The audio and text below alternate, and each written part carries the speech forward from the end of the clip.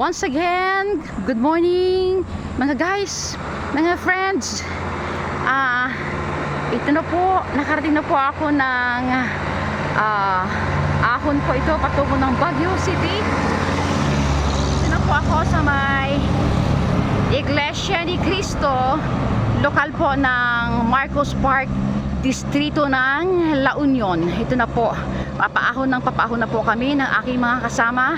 So kinuhaan ko na mo po itong aming lokal ng Iglesia ni Cristo dito po sa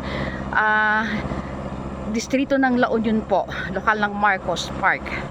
So ito po ang aking update today, October 19, 2023. Mahabang ahon pa po ang aming gagawin mga friends, kaya tiyaga-tiyaga po ang Mami G.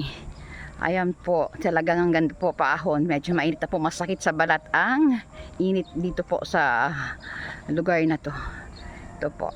Thank you everyone and God bless po sa lahat po ng mga ibang mga friends. Inanyayahan ko po na nawa makapakinig po kayo sa amin po sa loob ng Iglesia ni Cristo. Open po sa lahat, bukas po sa lahat ng mga hindi pa po naming kapatiran, para po makapagsuri po kayo sa amin po sa mga aral sa loob ng Iglesia ni Cristo. Okay po mga friends, God bless po and happy Thursday po. Thank you.